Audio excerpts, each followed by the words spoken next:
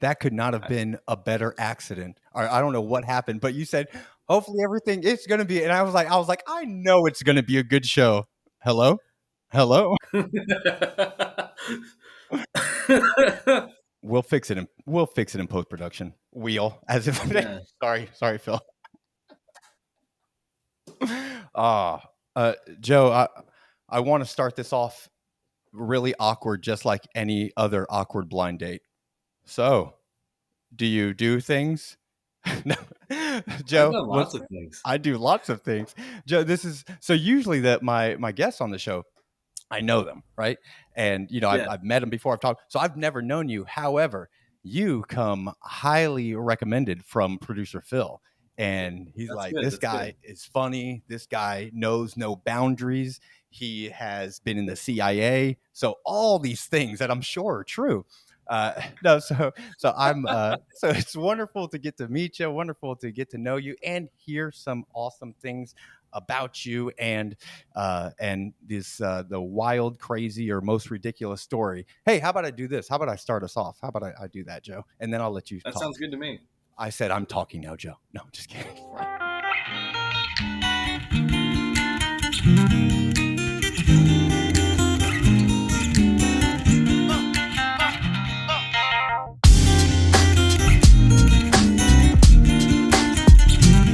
This episode is presented by OIT VoIP. Enhance your client's communication abilities with our VoIP solution, featuring integrated billing, on-demand training, and live US support.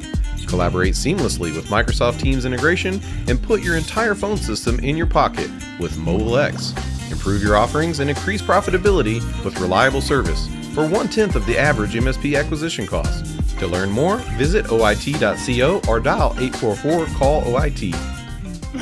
What's going on, ladies and gentlemen out there in computer land? My name is Aaron Bolton, and this is 38 at 38, where we discuss the ridiculous job stories. We all have them, and if you aren't sharing them, then you need to. If you're embarrassed about them, trust me, get them out there, because I've been doing this for over a year now, talking to guests about their ridiculous stories, and I never have an issue with someone trying to find a ridiculous job story.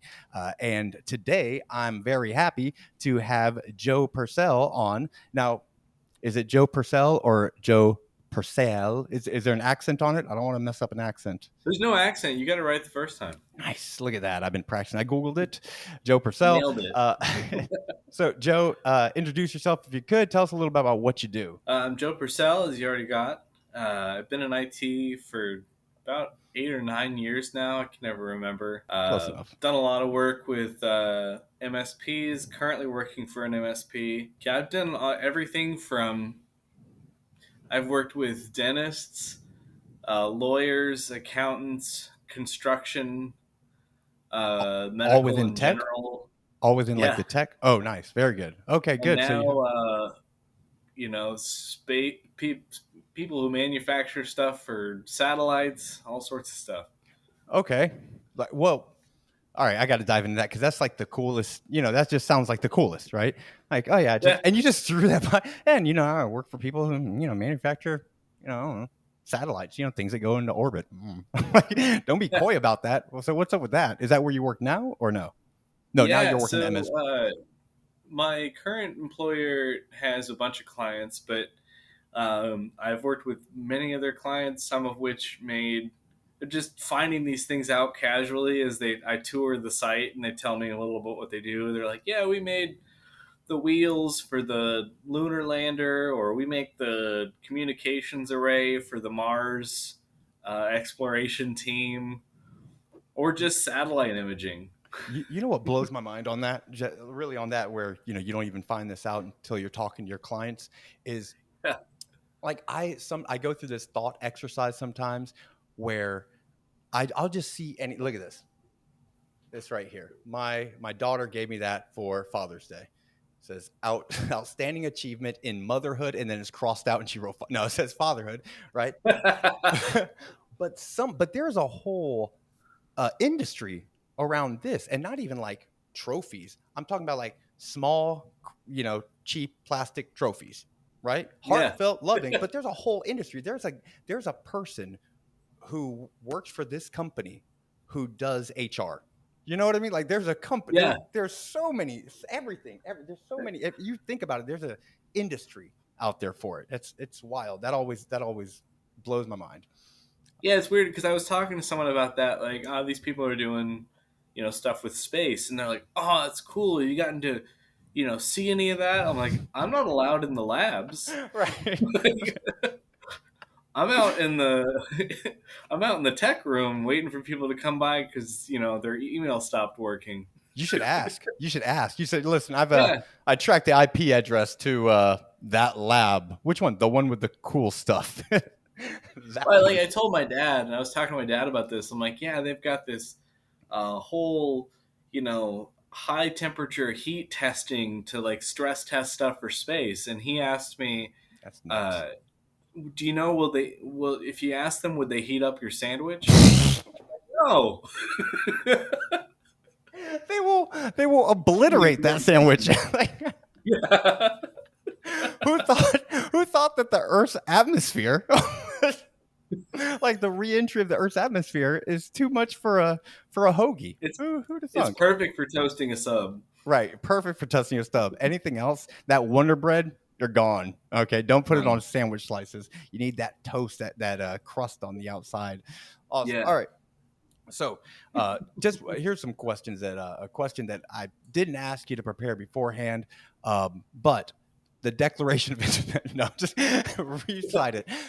Do you know about how many jobs that you've had, give or take, over the life of your, and either career, like professional, or like for this podcast, I go take it back to my very first job when, like even before when I was working in my mom's grocery stores. Oh, or God. like I take it back to like because I got paid and I was I got Yeah. to eat food, but I was expected to help customers, so I take it back then. I mean, but so do you have any jobs, or about how many jobs do you think that you've had roughly? Probably about 20. About 20. Something like that. I mean, through the random stuff that I did in high school and college. Right. Yeah. Um, Look, it all adds up. That all adds up, Yeah. Yeah. I'm sure that if you just sit there and think for a second, you're like, oh, I can think of a challenge or a problem or a situation that happened there. And if you came on the other side, that means you learned from it and you grew from it. So I take it as it all adds up. And if I didn't, then if I only counted my professional life at 38, it would be like, a much lower number. And I like yeah. Yeah, it's funny because like if I try to track, tech 8 years, but like some places last for 10 years experience, and I'm like, well, I worked at a brewery. Right. I don't think you really want to know about that. How far back do you want to go? Yeah. They actually, I don't know. Some companies, they're like a brewery. You say, okay, let me get inside information. That's awesome. All right, so, you have come prepared, I've heard, with a story or a ridiculous job story or some job. And I do want to preface that I say out there, we all have funny job stories. They're rarely funny when it's happening. When they're stressful. They're stressful. And usually the most stressful given time, isn't that what it is? It's something tragedy plus time equals comedy. Isn't that what Yeah, exactly. Yeah. So, look at that. Who would have thought that this podcast, you heard it here, folks, this podcast is connected to some Plato philosophy. That's right. We're going to put that in there. Where was I going with that? Oh yeah. So yeah, they're stressful then, funny now. So which job? Oh yeah. Wait, one more job. Just wondering, when did you start working? Like, do you have an idea of when your first job was? My first job, I was 17. I was working at Pizza Hut. Okay. If we have time, we're going to circle back because I know you've got to have. If your story is not from Pizza Hut when you're 17 right now, then we're going to circle back to that because it's got to be. Yeah. Awesome. So what's actually, if you want to talk about a story, no, we'll go into your story that you have. I'm sure you have a story. So what's that? What do you got? So it was kind of hard to think of, even just in the last few years, what like the craziest story was, because I've gone out to a client and gotten stuck in the snow and it was negative 14 degrees. Come I on. mean, I've driven 2 hours to a location to find out that they unplugged the router to plug in a radio so they could listen to the game. Nice. Uh, Solid.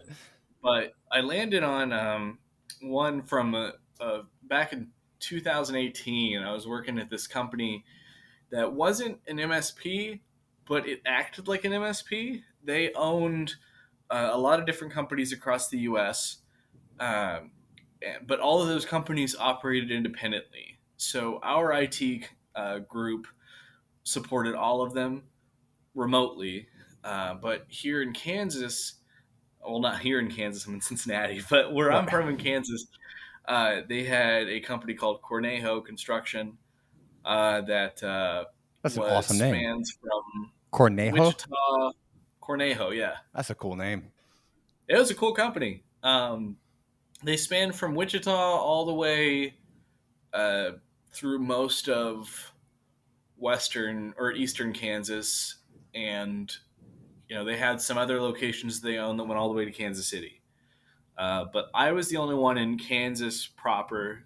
I had a coworker who lived in Kansas City, and he covered most of eastern Kansas, and I covered central Kansas. So most of my jobs, if I had to go somewhere, it would be 15 minutes away to install a printer at a landfill, which I had to do several times, and it smelled really bad during the Yeah. summer. That's got to be the worst.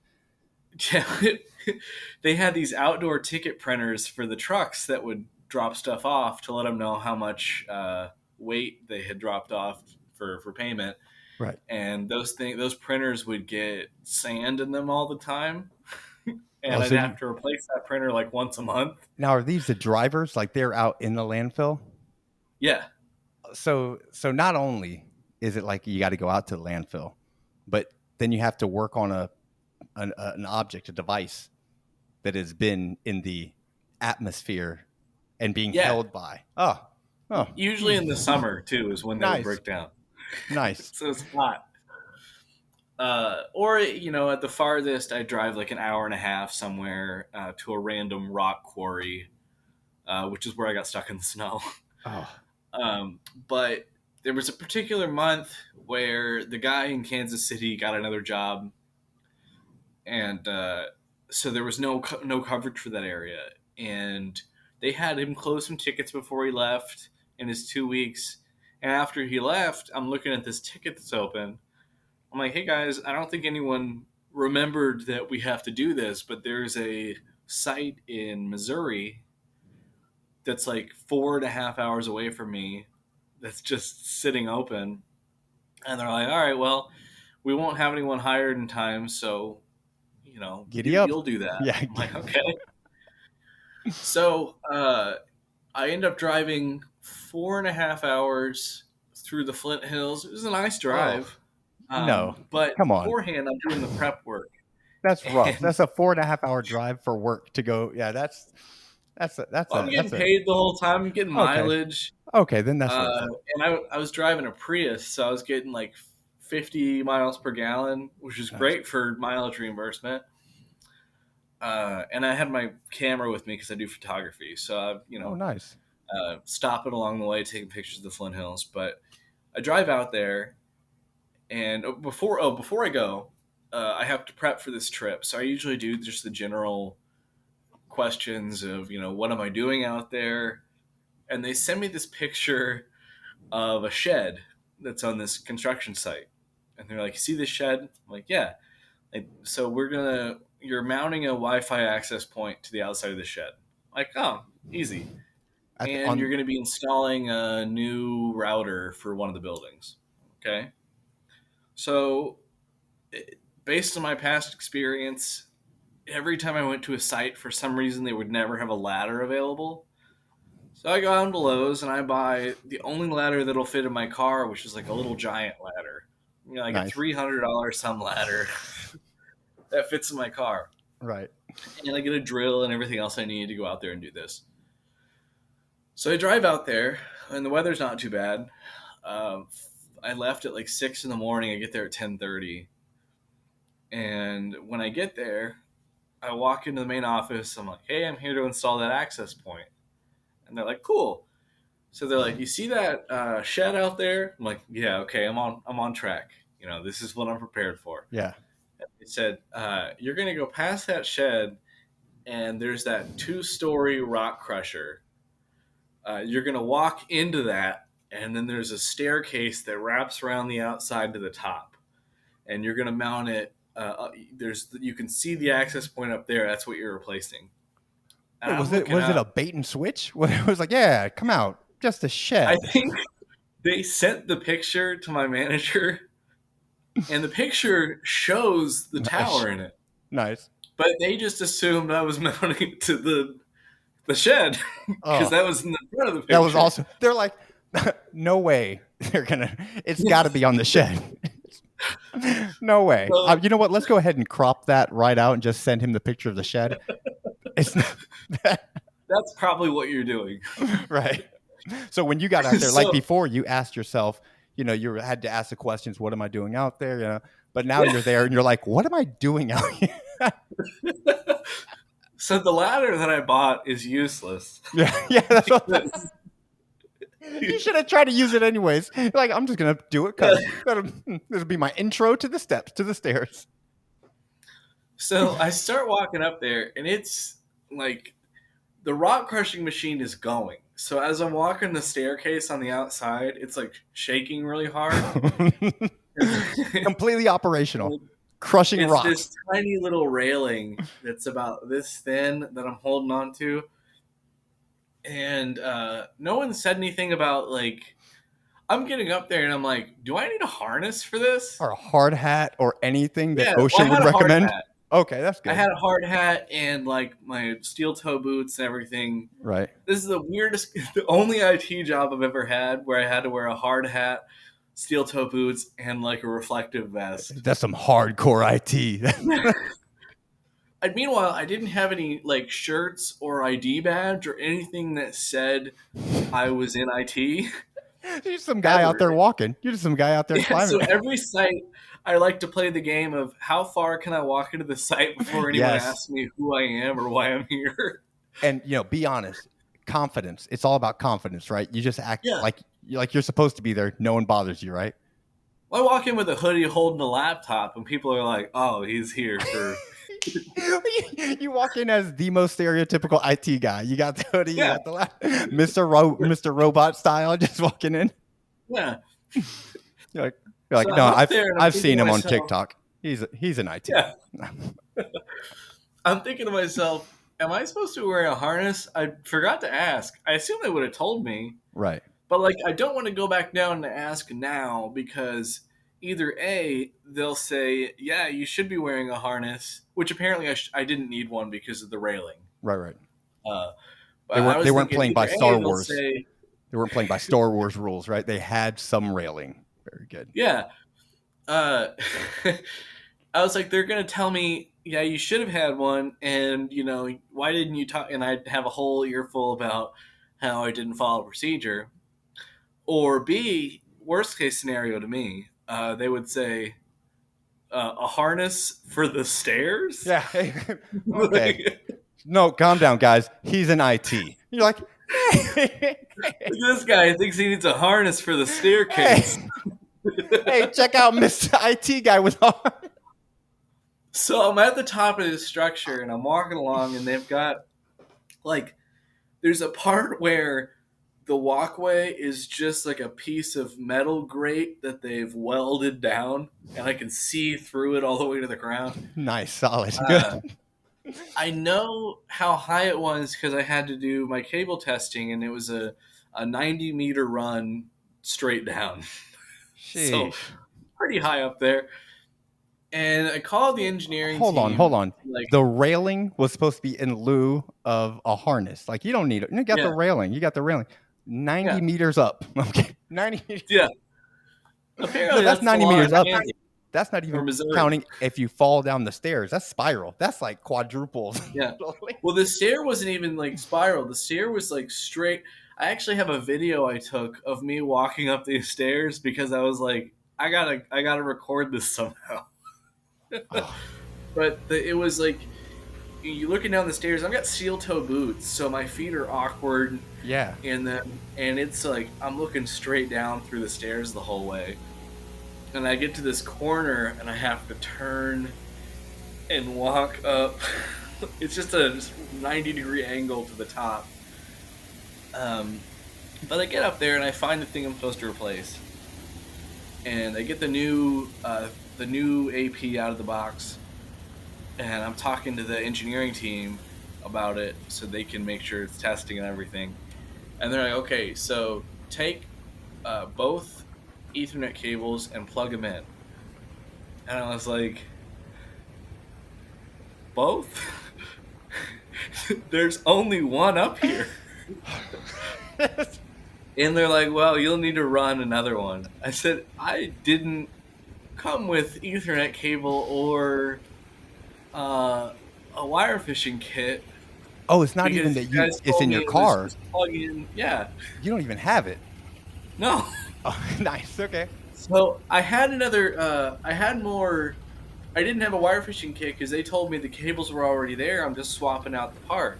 Well, they were on the shed. Only was it not up there with me, but it was at home 4.5 hours away. Oh. So I'm like, okay, well, I'll just do the other thing I came here to do, which is replace the router. Right. So I walked back down this rickety staircase, and I go into the other building, and there's no router there. I'm like, have you guys received the router yet? And they're like, no. It's not even in the mail yet. So I drive back home. Same day. Yeah, 4.5 hours. So around what? So you got there around 10. So around what time are you leaving and going back home? 11. Okay, so at least it wasn't that long, but still. Yeah. Most of that time was just spent me talking to the safety people and everything else about what I was supposed to be doing there. Right. Only for them to tell me, no, we didn't receive it. So I drive back home, but on the way home through the Flint Hills, they're doing range burning. So it's just full of smoke for the entire way. And I could smell it in my car. I'm like, this has got to be great for my lungs. Right. I get home and I tell, my boss, like, hey, they don't have the equipment yet. I got to go buy, a wire fishing kit and Ethernet. Well, but you can return the ladder, though. I had to use it for another job, so I ended up having to keep that. That's right. They never had ladders. Yeah. So I was like, right. That's a good investment either way. So I end up going back the next week. Drive another 4.5 hours back, this time with all of my equipment, except I forgot my steel toe boots, so I had to go buy another pair when I was out there. They wouldn't let you on there at all, or? No, because I briefly thought about it, and I was like, I could just do it fast, and maybe no one will notice. And then I was like, oh no, I'll get fired for that. Yeah. It's a safety violation. Right. And also, even if I had considered that, I'm wearing, on this trip, my comfortable shoes, which are a bright pink and green pair of Nikes. Nice. Very obviously not steel toe. Yeah. So I go 30 minutes away to the nearest Walmart to buy a pair of steel toe boots. Come back, and I go up the tower. I get up there, and I realize that I left the wire fishing. I had to do 2 trips because I had to go up there one trip with the Ethernet cable because it's a huge box. Mm-hmm. Yeah. I take that all the way up there and then go back down to get all my tools and my wire fishing kit because I'm not, I have to have one hand free for the railing. Right. Because the stairway is also like about this steep. So now that I know, so I worked in an academy where they taught what's it called, cell tower work and everything. I know what ladder you're talking. I know the stairs you're talking about. Yeah. So I get up there, and right as I'm starting to do the run, I'm thinking I gotta only do one of these, and I test it with my cable tester, and the other cable is bad. So I gotta do 2. I'm like, okay, whatever. I'm already doing 1. Let's 2. right as I start, I see lightning in the distance. Ugh. And it's close. I'm like, I have to go downstairs and wait, an hour or so until this storm stops. But luckily, the other router's there, so I go install that. There's no mounting brackets for it that were included, so it's just sitting on the desk. Right. I'm like, great install. Yeah. So I'm like, that IT guy just left crap hanging, left stuff laying around. I messaged my boss. I'm like, hey, the moment you hire someone for Kansas City, you should send them out here to finish this. Yeah. Because I can't, we don't have any equipment for this. But so I wait for the storm to pass, and the lightning finally stops. It's still, the entire tower's still wet. It rained.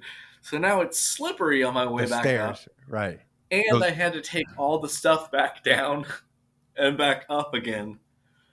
So I get up there, I run all the cable, I, terminate the ends, walk back down, terminate the other ends, walk back up, and one of the ends isn't, I'm doing my cable test, but it's, I have to go all the way back up to do that. Yeah. And I have to go back down to redo one of the ends. I go all the way back up, install the device, and it's finally working, seemingly. Meanwhile, I don't know what it is about this rock crusher, but there are dead birds everywhere. Just all around my car at the bottom. So I'm like stepping over them. I don't even know. They're like, yeah, it's a thing that happens. Hold on. Actually, with that, are you aware that there are 6 different varieties of flamingos? I was not. This has been Flamingo Facts. Never mind. It'll make sense. Flamingo Facts. Do bird photography too. I should know this. You should. You should know this. Wait. So when did you notice the dead birds? You said dead birds, right? I didn't mishear that, right? Yeah. Okay. There's when a did lot you? of them. The third funny. It's trip back down, I look at my car and I'm like, what? And there's 5 or 6 just around my car. And I'm like, I didn't do this. You ever see a scary movie or some kind of weird movie, or maybe it's an apocalyptic movie where out of nowhere birds just fall from the sky and just die on the ground? You ever seen that in a movie? Yeah, that's what I'm thinking of while I'm going through this. See, the main characters of the movie are like, oh my goodness. But you're the character that's walks out to their car a little later and they're like, what the hell happened? What is going on here? That's nuts. You think, okay, I'm gonna double tap on this. Okay, so there is double tap. I meant double click. Somebody double tap those birds. But if it's in the air or something, whatever, you're there. That's you. You're up there with them, breathing whatever's in. What is it? I think they fly into the conveyor belt or something. I don't really know. Because what happens is when the rocks are crushed, they fall out of the conveyor belt and into these containers. So I think as the rocks are falling, I think they're hitting these birds. Oh. I'm not really sure. I still don't know why they were there. Maybe the birds are playing chicken. Yeah, they're trying to fly. That's great. So how did this whole thing wrap up? As I'm terminating these cables, the part of the reason I keep having to redo them is because, like I said, the whole tower is just shaking because of the rock crusher. So I'm trying to do these little wires and untwist them, and hold them in the right pattern so I can put the clip on. Yeah. Yeah. Dude, so and you finally got it all done. How long did that day take you? That day, it took me 3 hours on site, so 4, 8, 3. So 11 hours 12, total. 12 hours all the way back home. That is it was a little bit longer than that because on the way back home, I finally get done, and I get a message from my boss hey, do you have time to stop by this place on the way back? I'm Like, yeah, whatever. Might as well. Yeah. What I love about this is one of the things I like about this story is that you started off like, man, it was a 4-hour drive, and I was like, oh, and you're like, no, it's great. And then I started thinking, I was like, yeah, you're driving through the foothills. That's got to be beautiful Yeah. Americana.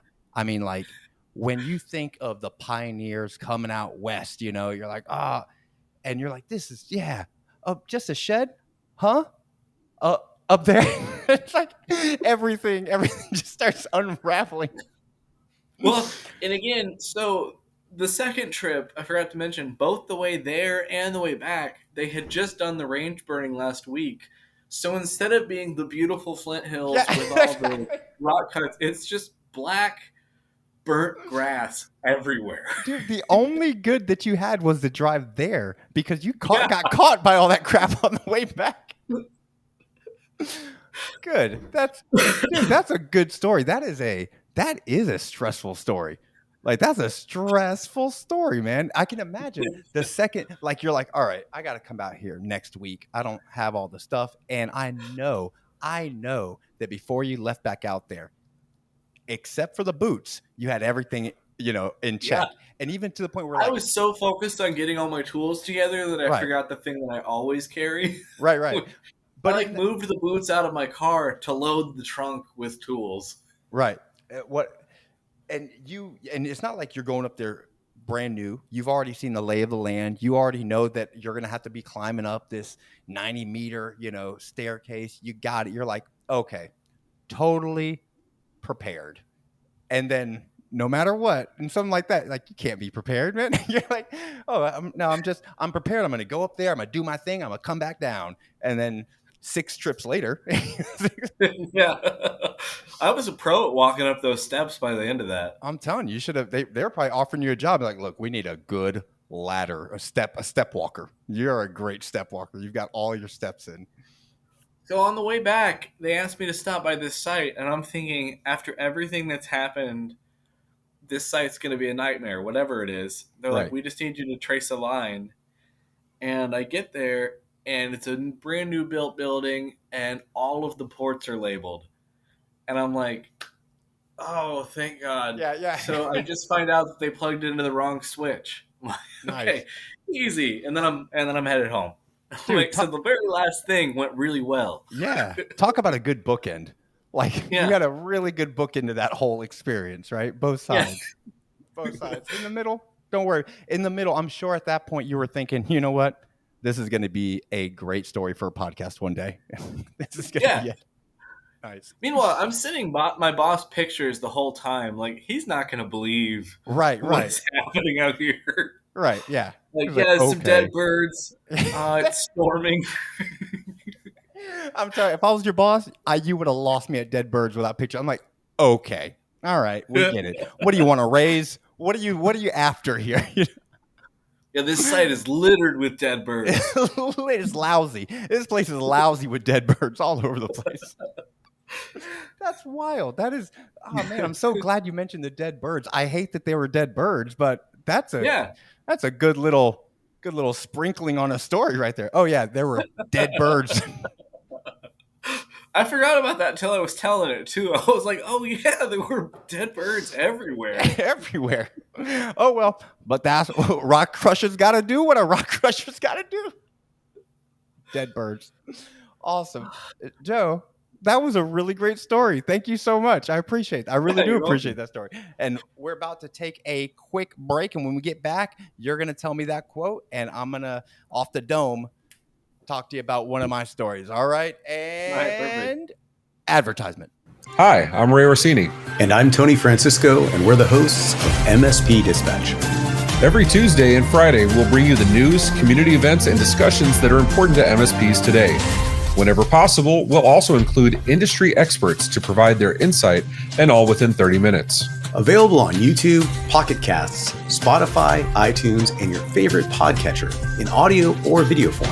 We're everywhere you want us to be. We hope to see you next time on MSP Dispatch, your source for news, community events, and commentary in the MSP channel. And we're back. Hey, all right. How was that? Wasn't that the best advertisement you've ever seen? I have never seen an advertisement that wowed me as much as that did. I'm buying 3. 3. Awesome. Okay, so here's the chance. Here's a time now where I get to talk about my story. What Joe is going to do. Joe's been supplied a list of quotes. Each quote has something to do with one of the places I've worked, one of my jobs. I don't know which one he's going to pick. He's going to tell me, and I'm gonna go. It almost seems like you're like, oh yeah. Let me do that real quick. No, so you got that quote for me? Yeah, these are all hard to choose from because they're all just fascinating. But the one I landed on is, I'll tear this box down with you in it. Yes. Okay, very good. So, I love this. Okay, I got to write that down so I box with you in it. Because what I often do, because that just reminds me of the job. And then sometimes I forget to tell the story of the quote, right? So, got to write that down. That's like, they're like, but what happened? So, when I was 20 years old, I was 20 years old. I got a job working for a company that's no longer around called Alltel. It was a cell phone company, and this is 2002, 2003, 2002, something like that. I feel like I remember that name. Yeah, Alltel. It was bought out. It used to be GTE. That's back in the day, and then it became Alltel, and then Verizon bought them out. And Verizon's some small little podunk company no one's ever heard about. So, yeah, no one's even heard of them. Yeah, come on. They're into rock crushing. They're really big into rock crushing. They jumped from cell to rock crushing. So, I was I started working there. That was a really, I noticed like right away. Oh my goodness, I just remembered. Okay, so I got hired. My manager, Ed Brown. I knew Ed from a place I used to work. I was working right before then. He would come in as a customer. I don't want to say what that other job is because I haven't talked about it yet on the podcast. But I started working for him, and I'll tell you, this man, Ed Brown, he is like my second dad. He's turned into my second dad. I'm 40 years old. I've known him for 40 years. I love this man to death. I talked to him yesterday. We go to church together. Like, this man has spun around my life in the best way. I was like almost like aimless, I was 20 years old, I was like, just kind of trying to figure things out. And Ed really, really helped me out a lot. Shout out to Ed Brown. I love him. He knows about this podcast. I don't think he watches. I don't think. But so started working for him. We had an orientation, right? So we all went to like the corporate headquarters. Everyone who was hired for the local retail locations, we went to the corporate headquarters in Tampa for just like a couple hour orientation. The basics. Here's the company culture, all this stuff. It's like 9:00 in the morning. We're all sitting down in this conference room, a bunch of guys, and I'm like, oh, I don't know any. I know one person. They got hired with me. I was like, oh, we're just saying, oh yeah, I'll be working in this store. I'm working in this store, and there's this one guy there that is he's like, well, I don't know, he's negative. He just vibes of negativity the whole time, and he's just sitting back like this, and he's like, this is, I don't know. I'm just, I hope this is a good job. I hope this is a good company. I don't know. I've heard some crap about him, blah, blah, blah. And we're like, oh, okay. I'm not trying to get fired before I start, Right. Like, all right. And then did you say that? Right. So it's supposed to start at like, let's say 9, right? 9:10. No one's there yet. Right. Like the facilitator's not there. We haven't been like really greeted other than the person at reception bringing us in the conference room. And this guy who's super negativity, he's like, and I'm a kid at that point. I'm 20 years old. I'm looking at myself. I'm a kid. This is a grown man. Right? Yeah. Been in business. He has this person who's all negative, and he's like, this is ridiculous. This is absolutely ridiculous. No one's even come in here. Well, you know what? If he's not here, I'm just gonna leave. If they don't care enough, then I'm gonna leave. I'm just gonna leave. And then he tried to get us to leave with him, like do a big hurrah. But it was like, we're like, no, we're gonna stay. Like, there are people in this corporate office. Like, he's here somewhere. He's like, no, this is just disrespectful. And you know what? I'm out. I'm leaving. And he walks out. And we're like, what? And I remember, I don't, thinking about it, I said something to the group. I said something like, well, he's fired. I said something like that. And then he walks right back in and he goes, hello, everyone. My name is so-and-so, and I'll be the trainer for this. That guy was the trainer the whole time. He wasted 10 minutes of our time just being negative, making us wait there so he can pull off this gag that did not land. We were all very annoyed. He's like, let's go, gang. And you're like, bye. Yeah, we're like, bye. He was like, I'm leaving. He was like, you guys aren't leaving? You guys aren't going to leave with me? All right, well, you know what? I'm gone. I'm out. And then he comes back in and he's like, it was me the whole time. Like, what is this, an acting class? Right. It's an improv. It's an improv. End scene.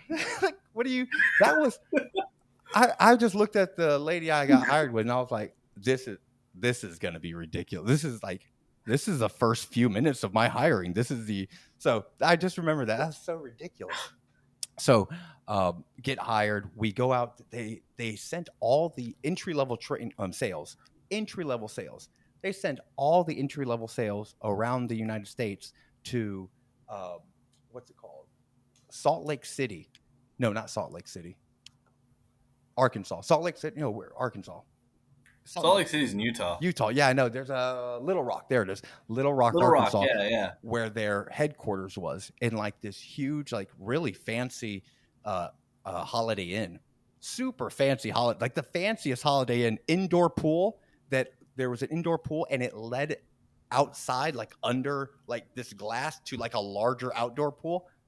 You've never seen a fancier Holiday Inn. It's the nicest. So we're there, and so we're there for training, sales training for 5 days, one whole week, and there's probably about 400 of us. That is insane. Nationwide, like you don't do that anymore. Like I don't think I've ever experienced that for like entry level sales. They were just burning money. No, like, yeah, dumping the money. Entry level sale. I'm thinking, how many of these people are still going to be working here in 4 months? Like, so this is not. That should have told me something. One thing that it was cool is one of the last days we all took a field trip to the corporate headquarters where they brought us in this really beautiful looking auditorium, and they did a presentation on cellular of tomorrow, and they got about 40% right, from what it really was. I mean, what their big push of the future was going to be, instead of everyone having it was basically a Wi-Fi box, but it was more like hotspot. It was more like a hotspot that would be in your home. So every home would have a hotspot rather than, which now that, I mean, like they do that in rural areas and stuff, like my dad lives up in like the directions to my dad's place includes turn on Second Dirt Road. I mean, it's out there. So he has to have like a little Verizon MiFi or something, so. But I used to work for a wireless ISP. So like that, the point to point for every home. Yeah. So when they showed us, we were like, whoa, this is the future, and the future is now, and they were like, this is right around the corner. Not really. We're still struggling to get there. They had some high ambitions. So that was my hiring period. So I get hired at the local office, or the retail store that I was set to was in a spot called New Tampa. And 20 years ago, it was like the posh place. It was like, it was New Tampa. Like, it was money. It was nice. And so I'm like, that's going to be really cool. But that retail location was also over three different Walmart kiosks.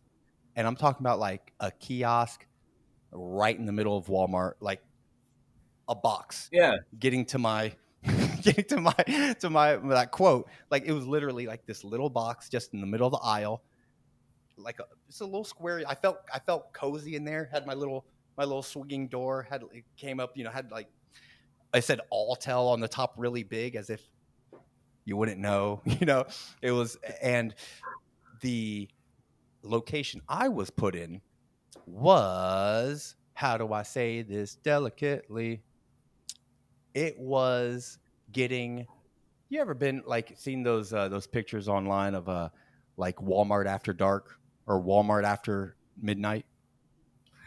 Yeah. Yeah. Every one of those people were in that Walmart. It wasn't a super Walmart. It was like a regular Walmart. They don't even have those anymore.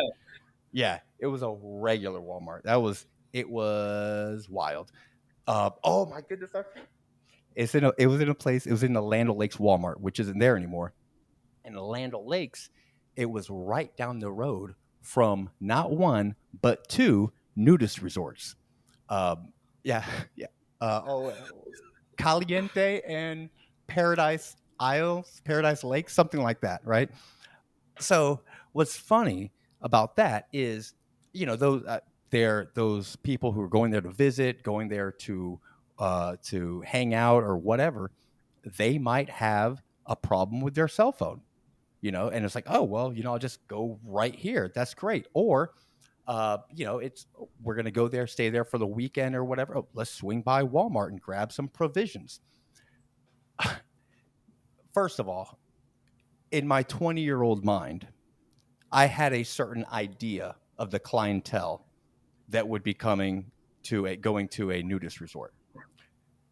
I quickly learned that I had the wrong expectations because it was everyone that I saw, and you can tell they were from the nudist resort, and I'll tell you how. But everyone I saw was at least over 55.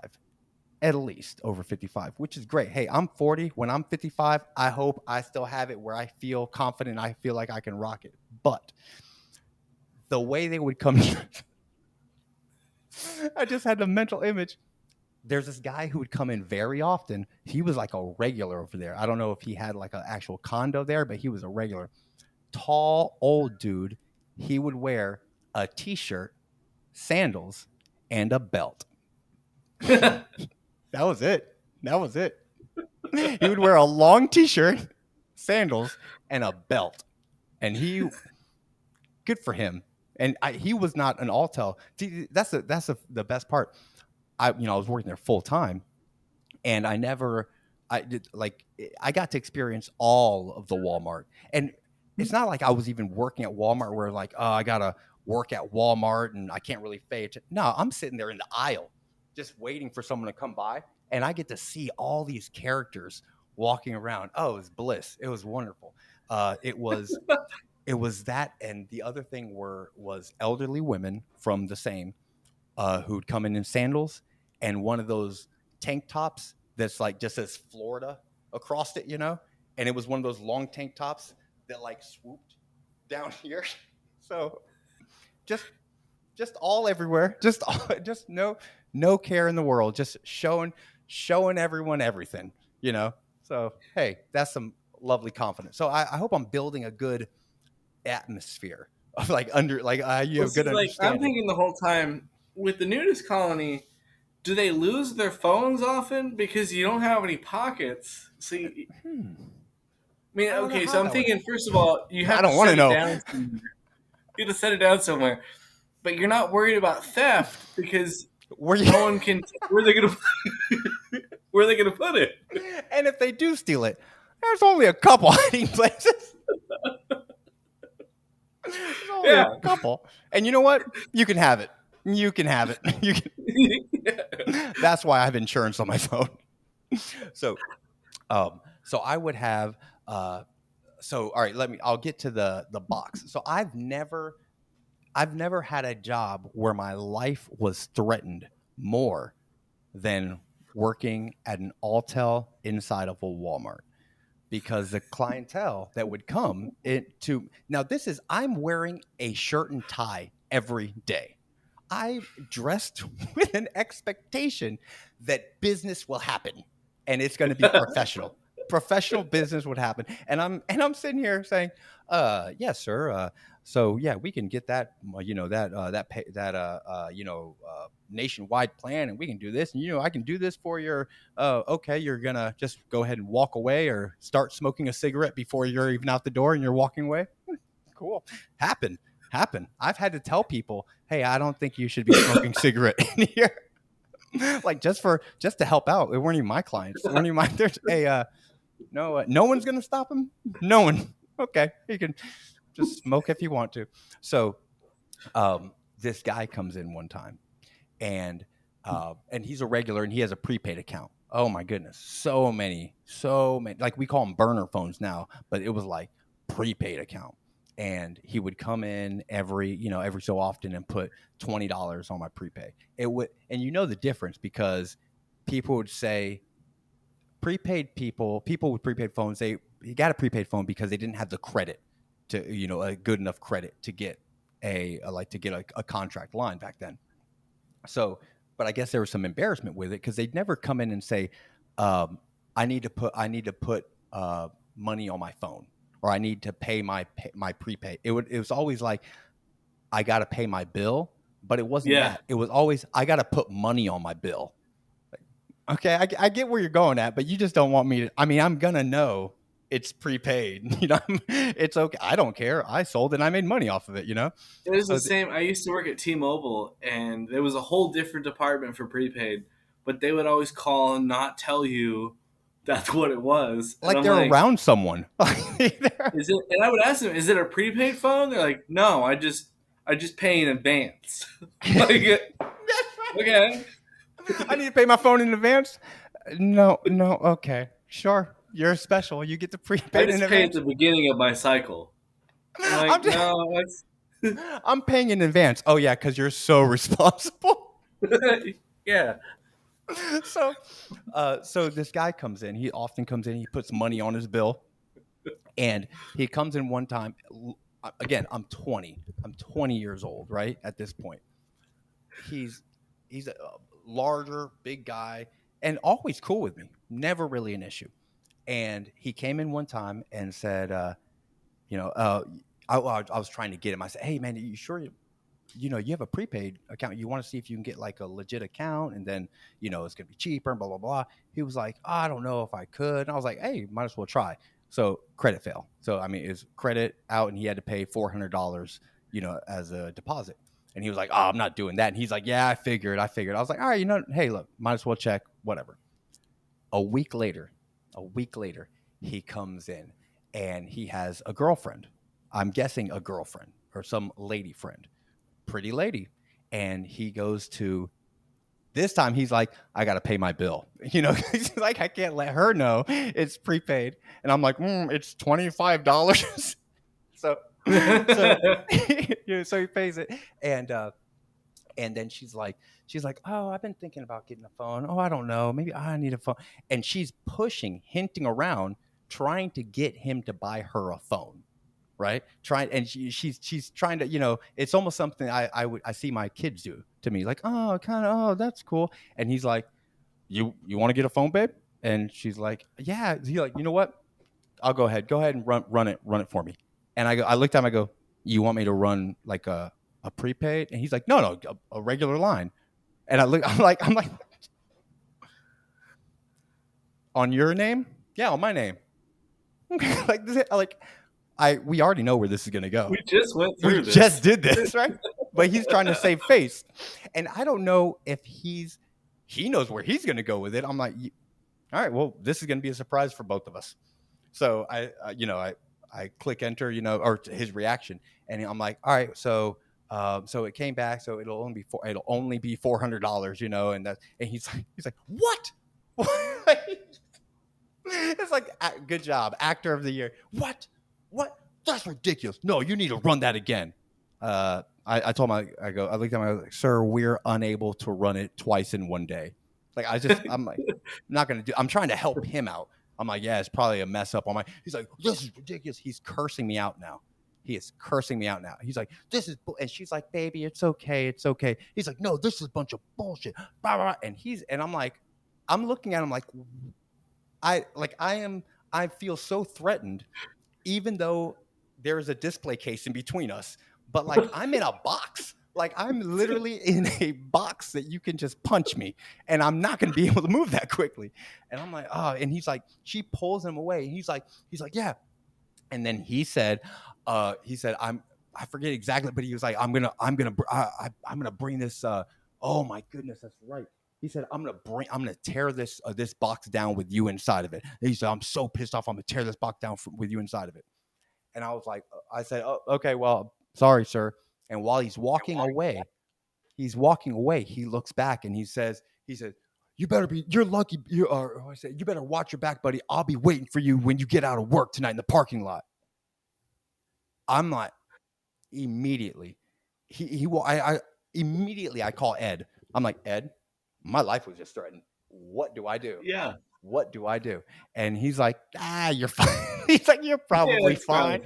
I was like, dude, this guy just said. Now here's also the other thing. Here's also why I was there's an added element that I forgot. This is 2002. This is April 2002. That's right. I got hired in April 2022. What happened 6-7 months before? September 11th, right? September 11th happened.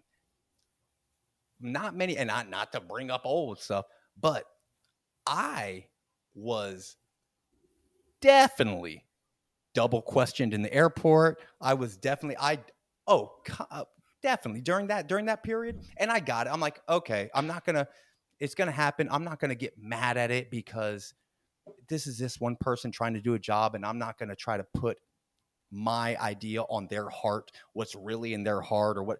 So I would get, and that the first time I experienced that was coming back from Little Rock, Arkansas. I was going through security and I had a fingernail clipper because that's something in sales. I was always told, you're doing face-to-face sales, make sure your fingers are always clipped because you're pointing. You know, people are looking at your hands. And it was a fingernail clip with like the little file, you know, and she took that from me. The lady's like, sorry, we can't have you on. And this is like a little sleepy airport. Like almost no one's in this airport. I was like, oh, okay, that's fine. I go through this security and I turn the corner, like where my gate is. I turn and I sit down, maybe a couple turns. And one of the security ladies is sprinting past me. I see her and she stops and she like looks around. She looks at me and she goes, and then takes back off. I was like, cool. You know, so that was like, so I might have been at 20 years old, a little heightened as well. Like, oh my goodness. Like, is this guy really going to kill me? Like, he's threatening, you know, my life. So that was one time I was threatened. Another time I was threatened was another family. I want to say, I think it was the same. I can remember the people. I can remember how they look. I can see it was a family. It was a family that looked like Deliverance. Like it was like a Deliverance family, you know, and it was the dad, it was the mom, it was the two kids. The kids were teens. The dad and the mom probably had 4 teeth combined. Like it was, and they were upset because it was a credit fail.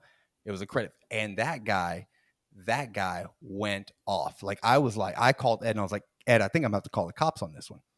Because not only he said, I should knock your ass out right now, blah, blah, blah, blah. And me, I'm trying to make that sale. So I was like, sir, please, if you like, sir, let's see if we can do something here. Do you have someone else who can co-sign for you? And he and his wife and his family start walking out. And as he's walking out, he said, he's going to wait for me outside and he's going to shove a bomb up my ass and see how I like it. I don't even know what that means. As if like I was threatening it with him, or if I did that and he was like, how would you like it? I was like, I didn't do that to anyone. So yeah, that was a fun little time. So it's not like you like did made the credit score. Right. I just pushed in a few buttons. Right. As if after I type everything in, there's an option that says, but really, should he get one? And I'm like, no. You do make the final say. Yeah, so. I am Mr. Alltel. So I remember this is a lie that I told, and I confessed this lie to Ed a few years later, which was I was sick. I was tired of being in that location. There were supposed to be 2 people in the location, and I was there for the other guy. Oh my goodness, that's right. This jacked dude, the big dude that was a bouncer and like some nightclubs. And this guy was just some jacked guy. And he was going to USF, University of South Florida. And, this was just a whatever job to him. And he would not show up.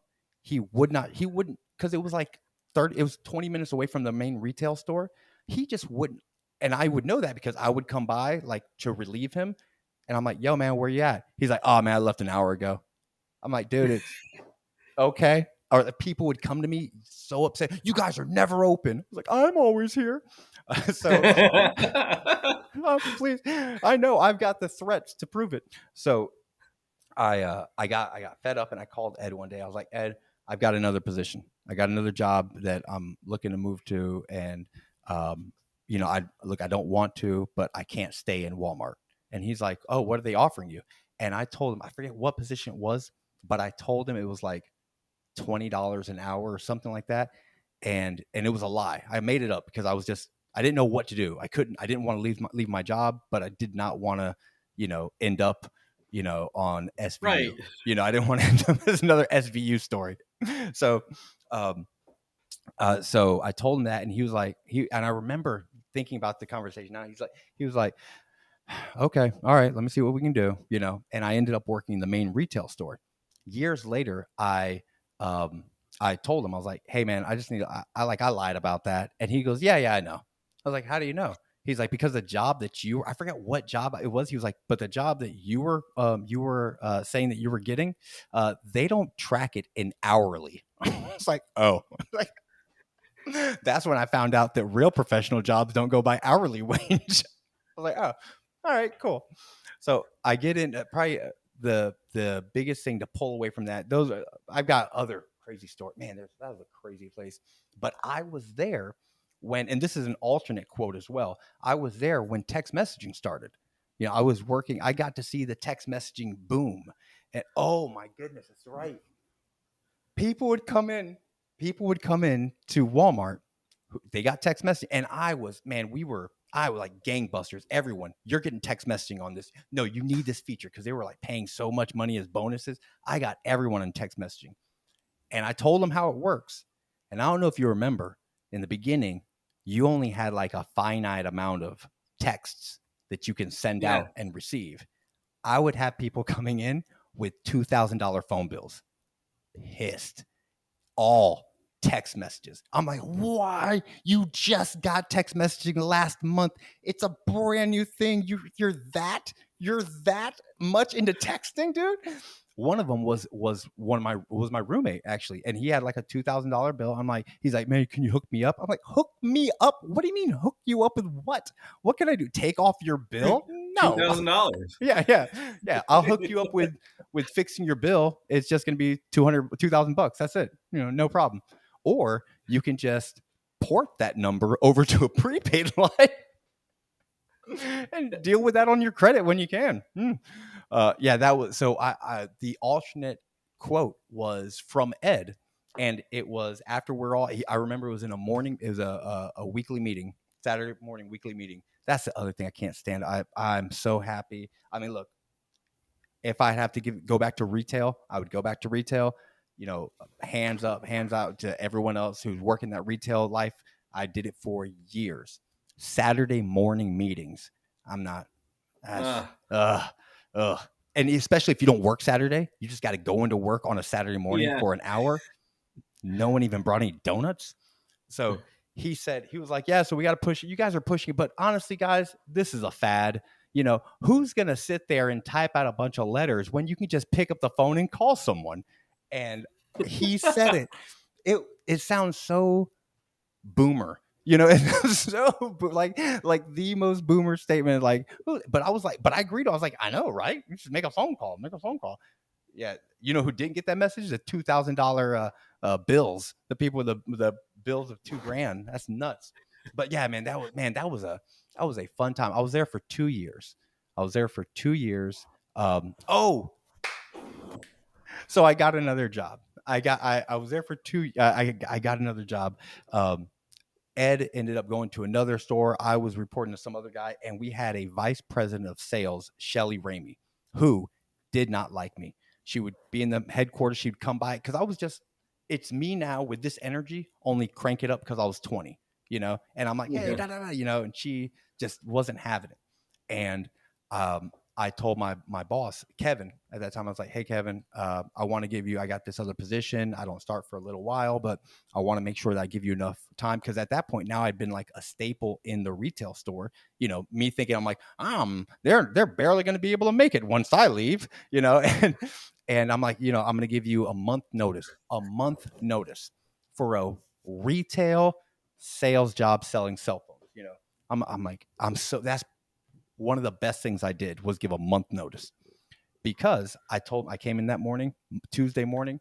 Hey, yeah, here's the thing. 1 month notice. I want to make sure you have enough time to bring someone in, and I'm going to train them, because I was training new hires anyways. I was like, I'll train them out, a good, transition. He calls up Shelly Ramey, and he's like, hey, Aaron's quitting. And next thing I know, Shelly Ramey, like that Shelly Ramey's in the retail store. She pulls me in the office and she's like, listen, Aaron, so I know you just gave in your notice. And she was straight faced. She goes, I know you just gave in your notice. We're going to go ahead and just wrap up your termination. We're going to terminate your position now.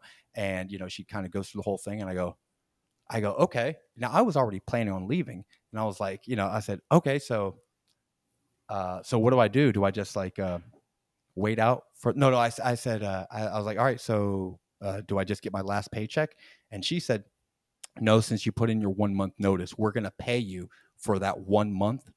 Like, just give me that 1 month, and we're going to pay you your average commission that you've gotten. And I was like, it was right after Christmas time. I was like, yeah. I was like, yeah. I said, Shelly, that's okay. Okay. I said, all right. So, what do you want me to do? It's morning time still. I was like, what do you want? You want me to just, work until my shift, and then and she's like, no, we're going to have you leave now.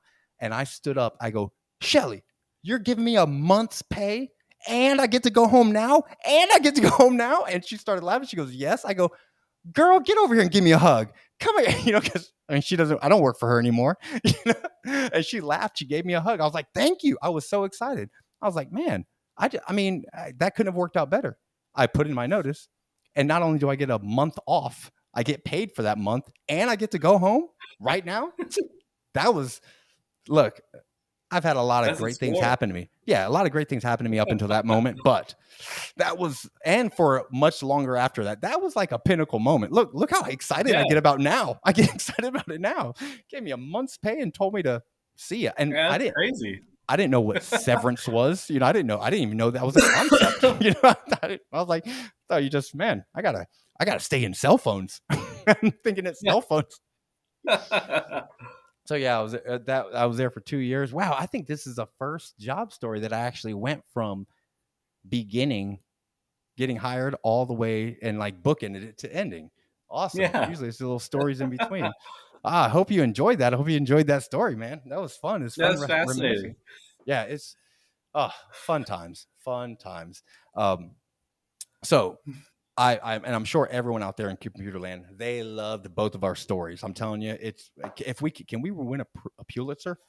We'll apply. I think so. I think we deserve it. I think we need it. Yeah, that's right. Better than need. We deserve it. We deserve it. So what we usually do at the end, what I usually do is I ask, okay, from that job experience that you've had, is there anything, any long lasting thoughts or anything, any reflections that you have that you go back to throughout the years? Yeah. One thing I learned from that is any project that I had to do from then on, which required me to drive more than 30 minutes, I would call the client myself and verify everything that I had been told by the person who told me to drive out there.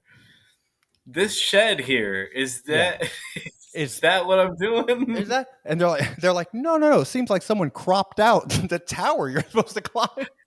Do you have the equipment already on hand, or is it in the mail still? Right. How many dead birds will I encounter on this expedition? I mean, I can handle some, but let's not get crazy. Awesome. Yeah, man. Thinking about this is a hard one. This is a hard one. You know what I could say? You know what? I learned not to take things too seriously. I think that's one thing. I mean, you can't work at that Walmart as I mean, it was almost like I was a fly on the wall. You know how people are like, man, you just sit there and watch people? Like that's what I got Yeah. paid to do is watch people just come by in Walmart, like from nudist resorts that are Nudist colonies, actors, deliverance families. people who have really short-term memory. They don't remember a week previous. Oh, here's one last story. I think this is just the concept of the clientele, man. I was right next to. Hey, remember when people used to develop pictures? So I had just gotten some pictures developed, right? And they were on the the case, you know, the display case, and a customer comes up and he's like, yeah, I need to, you know, pay something, do something. So I'm typing it in, I'm getting his information, and I look over and he's picked up my pictures and he's flipping through them, looking through my pictures. And again, I'm 20 years old. And I keep saying this because the difference in mindset, this is another grown man. Like this could have been my father, you know, and he's just looking through my pictures. I was already in a bad mood for something. And I snatched those pictures out of his hand. I was like, what do you do? I go, these are my pictures. I'd appreciate it if you don't just go looking through my stuff. And he said, if you didn't want me to look at them, you shouldn't have had them out on the counter. I said, fair enough. You got me. You got me. You're right. I shouldn't have. My fault. Oh man, there's some funny times there. No, I'm gonna have to leave the story for later. Phil's writing something. Come on, editor. Producer Phil. Do you have enough time for one little story? Don't tell another one. All right, good. All right, that's fine. Well, I'll have that for another episode. Joe, thank you so very much, man. I greatly appreciate meeting you. I thank you for your openness and your honesty on this story, on your job story, man. And man, I can't say anything else, man. I greatly appreciate you, man. Thank you so much. I appreciate it. Yeah, I had a great time. Awesome, man. Appreciate it. All right, ladies and gentlemen out there, we will see you next time. Peace.